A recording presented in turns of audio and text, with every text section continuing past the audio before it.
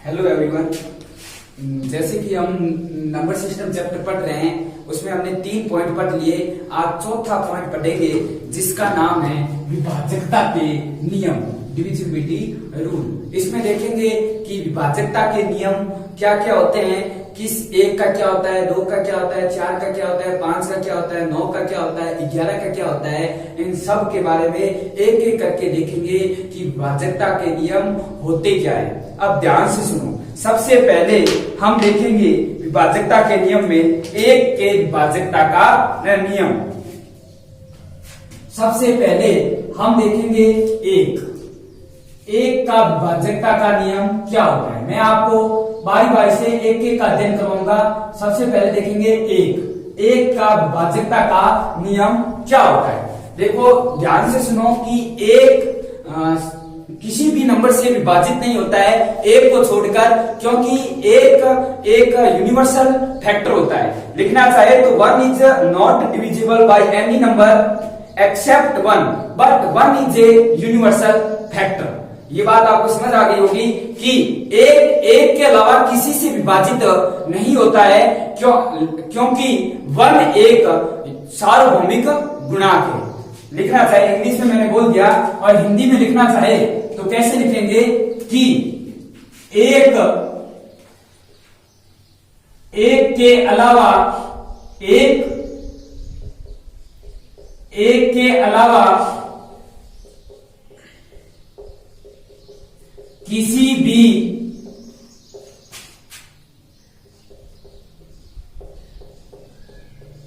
Number से विभाजित नहीं होता है, क्योंकि एक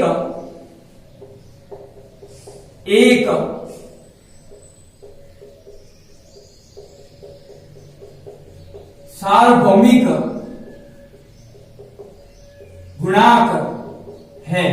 ये एक की विभाजकता का नियम है कि एक किसी भी नंबर से विभाजित नहीं होता एक को छोड़कर, क्योंकि 1 इज ए यूनिवर्सल ट्रूथ। क्या होता है? एक सार्वभौमिक गुणांक होता है। अब हम पढ़ेंगे 2 का, फिर 2 की घात 2 का, फिर 2 की घात 3 का, फिर 2 की घात 4 का। आई मीन इसका मतलब हो गया कि 2 का, 4 का, इसके बाद 8 का, 16 का, इनके विभाजकता के नियम क्या होते हैं, ध्यान से सुनो।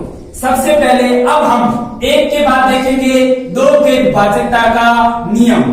2 के विभाजकता का नियम क्या होता है, ध्यान से सुनो कि क्या होता है कि 2 से वह संख्या विभाजित होगी जिसका लास्ट अंक या तो क्या हो, लास्ट यूनिट इवन होनी चाहिए, या लास्ट डिजिट 2 से विभाजित होना चाहिए, तो वो पूरी संख्या 2 से क्या होगी, विभाजित होगी। क्या होगा, last digit should be even और last digit should be divisible by 2। या तो 2 से लास्ट की संख्या 2 से विभाजित होनी चाहिए, या लास्ट का अंक सम होना चाहिए। क्या लिखेंगे, अंतिम अंक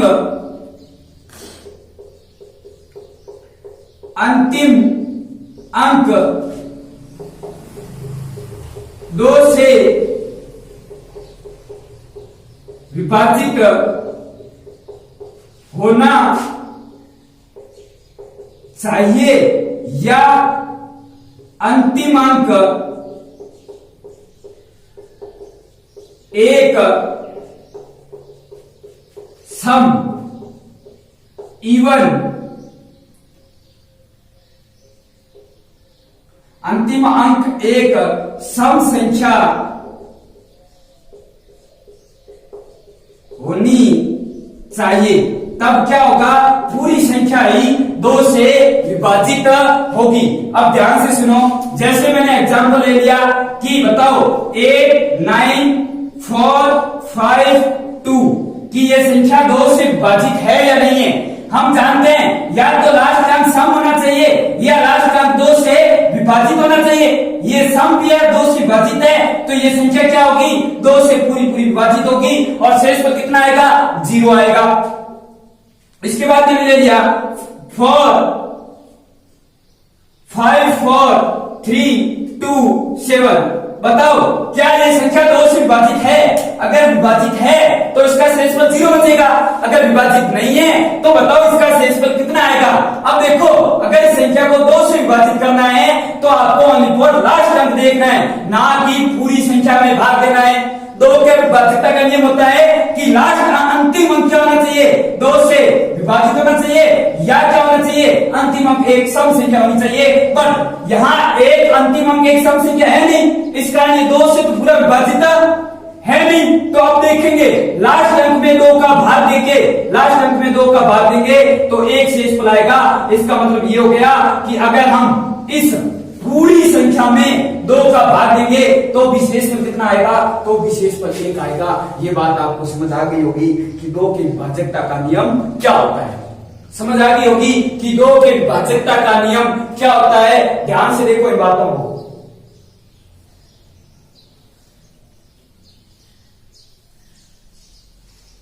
इसके बाद देखो 2 के बाद देखेंगे 4 का, 2 के बाद देखेंगे 4 का। 4 का मतलब क्या होता है, 2 की घात 2। 4 का मतलब क्या होता है, 2 की घात 2।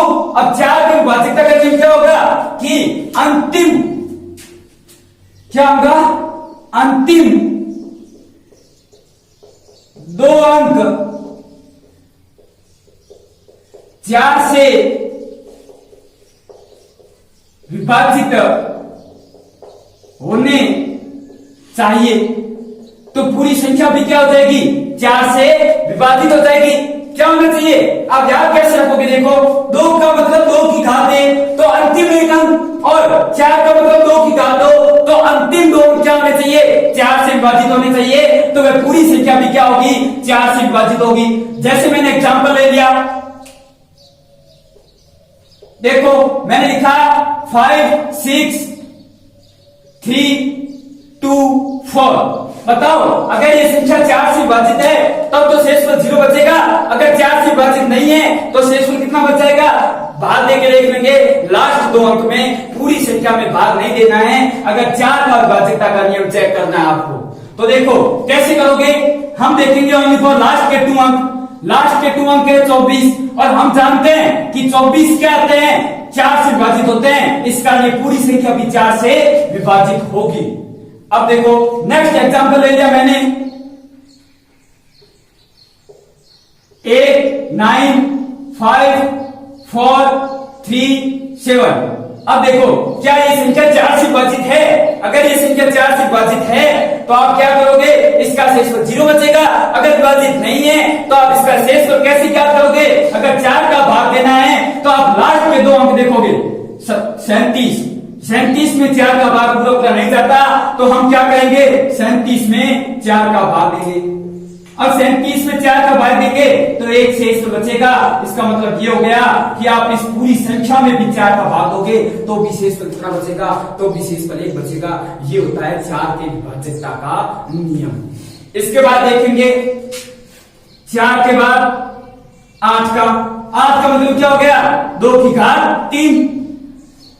8 का मतलब क्या हो गया, 2 की घात 3। 8 का मतलब हो गया 2 की घात 3। अब देखो इसका क्या होगा, घात 3 है तो क्या लिखेंगे, अंतिम 3 अंक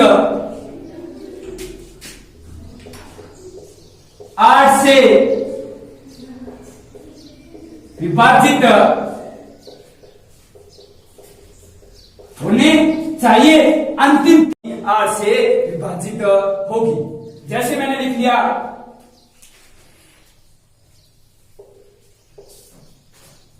81 34 544। अब देखो क्या ये संख्या 8 से विभाजित है? अगर ये संख्या 8 से विभाजित है तो आप विभाजकता का नियम कैसे चेक करोगे? विभाजकता का नियम चेक करने की शॉर्ट ट्रिक ये होती है कि आप 8 का चेक करना है तो 2 की घात 3 2। देखो, अगर कोई संख्या 8 से विभाजित है इसका मतलब हो गया कि अंतिम 3 अंक क्या होने चाहिए? 8 से विभाजित होने चाहिए। तो कैसे चेक करोगे? किसी संख्या को 8 से विभाजितता के लिए आप ओनली फॉर लास्ट के 3 अंक में 8 का भाग दोगे। इसका मतलब 544 में 8 का भाग देके देखोगे कि अगर ये संख्या 544 8 से विभाजित